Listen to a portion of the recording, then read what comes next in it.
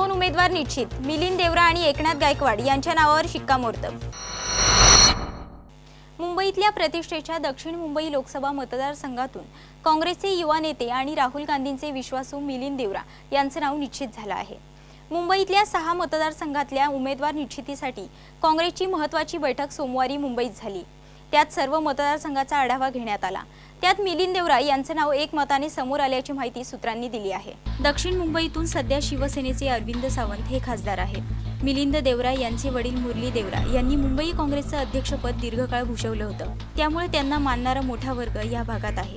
मिलिंद देवरा यांच्याशिवाय अन्य कुणाचं नाव पुढे न आल्याने त्यांची उमेदवारी निश्चित मानली जात आहे। त्याचबरोबर दक्षिण मध्य मुंबईतून काँग्रेसचे नेते एकनाथ गायकवाड यांचं नावही निश्चित मानलं जात आहे। ब्युरो रिपोर्ट, संवाद मराठी लाईव्ह, मुंबई।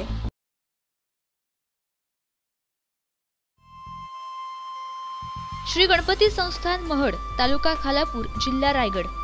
श्री वरदविनायकाच्या भक्तांसाठी भक्त निवासाची सोय, स्वच्छता आणि 24 तास गरम पाणी, सीसीटीव्हीची नजर।